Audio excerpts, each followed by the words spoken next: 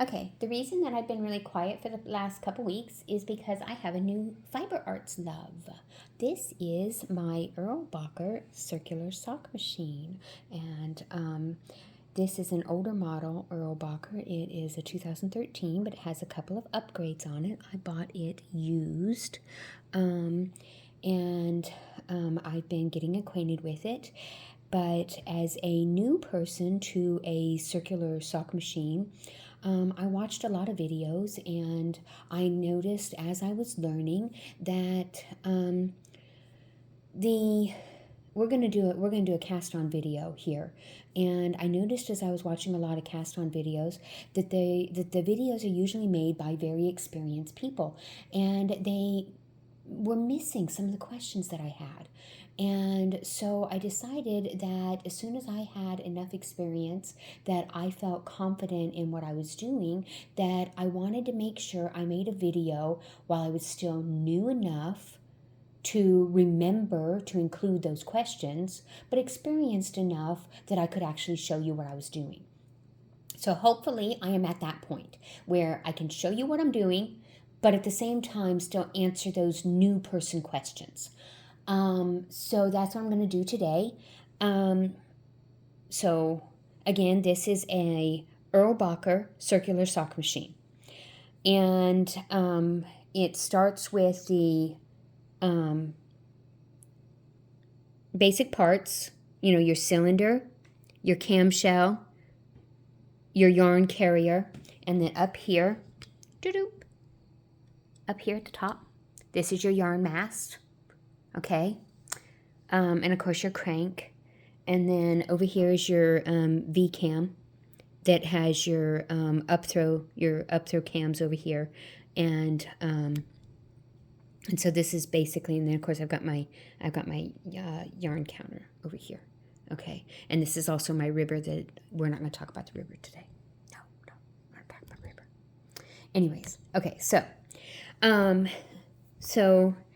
we're not going to cover things like an adjustment on the yarn carrier. Hopefully that was properly adjusted when you very first got your machine. If not, we're not talking about that today, because that's a whole other subject that I'm not going to get into. So what we're going to start with is, in order to do a cast on bonnet, in order to do your cast on, you're going to start with needing to make sure that all your needles are in your cylinder. Okay, these are a needle. Okay, these are your needle. I'm sure you already know this. This is your needle. Okay, it looks like this. This is a cylinder needle. Ta-da. Okay, and it has a little latch on it. There's your little latch. You need to make sure that your little latches are all open, okay, to put it inside your cylinder. If you don't already know this, to be able to put your needle inside your cylinder. Some machines have a little thing that you can open your cylinder spring up with. If you do not have a little thing to hold your cylinder spring, I don't. You can either hold a needle forward next to it, and that's going to pull that cylinder spring. See that cylinder spring? That's a cylinder spring right there. And that's going to hold that out, and you can slide this down. You can slide the butt of the new needle down in there. If there's not a needle next to it, the other thing that you could have done is you can use your pick tool, and you can lift that cylinder spring out with your pick tool. That's the other way that can be done. Okay, and slide that butt in there. Okay, so there you go. And then you need to make sure all your needles are in. Once you made sure all your needles are in, you need to make sure that all your latches are open all the way around. Okay, the next thing that you need is a cast-on bonnet. Okay, a cast-on bonnet generally has loops across the top. It may have rings across the top. The loops are easier for a new person to use, and that usually has a ring or a loop at the bottom that you hang your weights off of. Okay, I have a 54 cylinder inside my circular sock machine, but I'm going to use a 72 cast-on bonnet. If I were using a 54, one that says 54 on here, then it would have 27 loops. A 72 has 36 loops.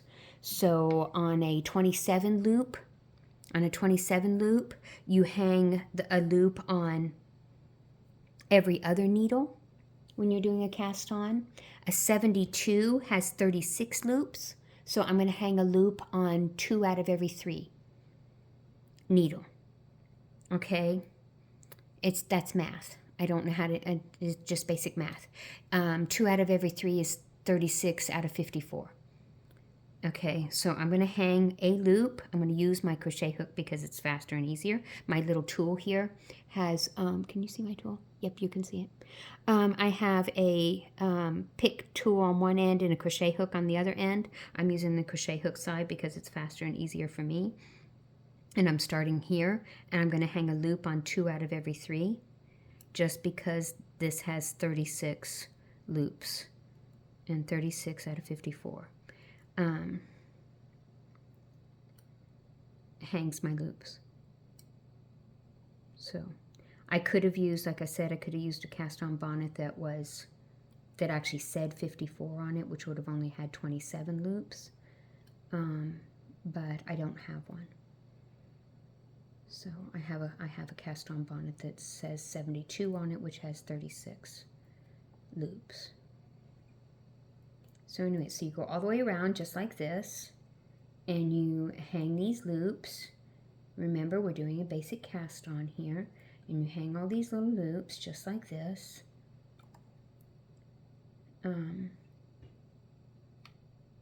You do want to try to make sure that you do not hang the loops underneath the latches. Keep the loops where they stay above the latches. Believe it or not, that is actually important. Again, this is something that was not mentioned in the other videos that I have watched, because if you hang it where it falls below the latches, then it doesn't catch. It doesn't knit. It drops. I'm going to go grab my weights. That's what I got up for. Okay, the next thing is that I got to the point now where the needles are now down inside the cylinder. That has to do with the cams and the way in which it actually does the knitting. And so right now the needles are down in the cams of the cylinder, with the cylinder. Okay, now this is my weights. Ta-da! The weights. Can you see those? Okay, those are the weights, and I'm going to take my weights and I'm going to hang them on the bottom of my cast-on bonnet, on that ring that was on the bottom of my cast-on bonnet. Ta-da! There it is. Okay, now the next thing I'm going to do is I'm going to scoot this camera up here where you can see the top. And now this is another thing that they really just don't talk about in the other videos I've watched. Is look, this is my yarn mast. Okay, my yarn mast. We're going to go ahead and thread that yarn mast. Now I'm using what most of the time when you do your initial cast on, you use what's called waste yarn. Waste yarn is usually an acrylic yarn that is exactly that. It's waste yarn. And it's used to help protect your project from the beginning and the end. So, so you start with running your waste yarn. Now remember, I've got some upgrades on my circular sock machine. One of my upgrades is the fact that I have a slotted yarn mast. So I have a slot right here and have a slot right here. Okay, which makes it easier to load and unload my yarn mast. If you do not have slots right here, that's okay. You just poke this right through instead. Okay. So anyway, so you run through the back of your yarn mast. You come up here, and then there should be an eyelet, a hook right here, and you're going to run through that. Then you're going to run through the lug. This is called a lug. You're going to run through that lug right here. Then this is actually called a break, and you're just going to kind of slide underneath that break. This break is not used when you're just making your tube. It's used when you use your heel spring. Okay, but we're not using the heel spring right now. So don't worry about the heel spring right now. But this break will be used with the heel spring later. And then you're just going to run this back down through the front of your yarn mast. Whoops, I'm not underneath my brake anymore. There we go. Make sure you're underneath the brake. That's important. Later. Not important right now, but it is later. Okay. Now, then you're going to come down here and you're going to go through your yarn carrier. Now I got to bring the camera back down so you can see where I'm at. Scoot the camera back down. Scoot the camera back down again. There we are. Okay, now. Okay. Now we're going to go through your yarn carrier, through the back of your yarn carrier. Okay, again, I have a slotted yarn carrier, so I didn't actually have to, I could have gone through the slot. Anyways, then you're going to go through here and then through the front of your yarn carrier. Okay. Now, while holding on to my thread here, my yarn, I'm going to go ahead and wind this just a little bit, slowly. You don't want to go really fast. Okay, and I'm just going to kind of go, I don't know, about halfway. Don't go all the way. You go all the way and you're going to cause problems. Okay, now, now I'm going to set that inside. Set that inside. Okay, so I kind of stopped right back there about halfway or so. Okay, now I'm going to pick up those weights that I just put on, just kind of rest them in my lap.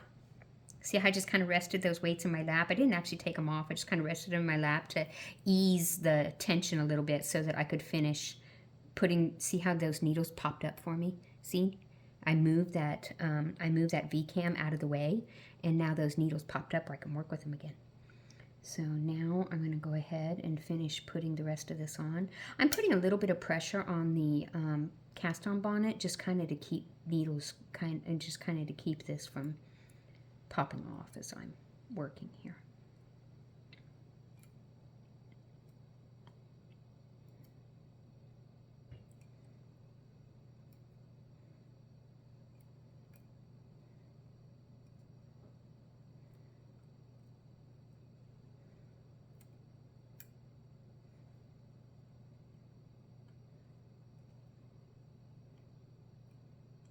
And ta-da! Okay, I got all those on there. Now I'm going to still hold on to that. I'm going to put the weights back down. Put the weights back down again. And I'm still going to kind of hold on to that first thread there just a little bit. You know, put my hand behind the yarn carrier. And I'm going to hold on to that thread a little bit. I'm going to finish winding this all the way on around. Again, I wasn't going really fast, you know, so I was kind of still going a little bit slow. Kind of coming on around.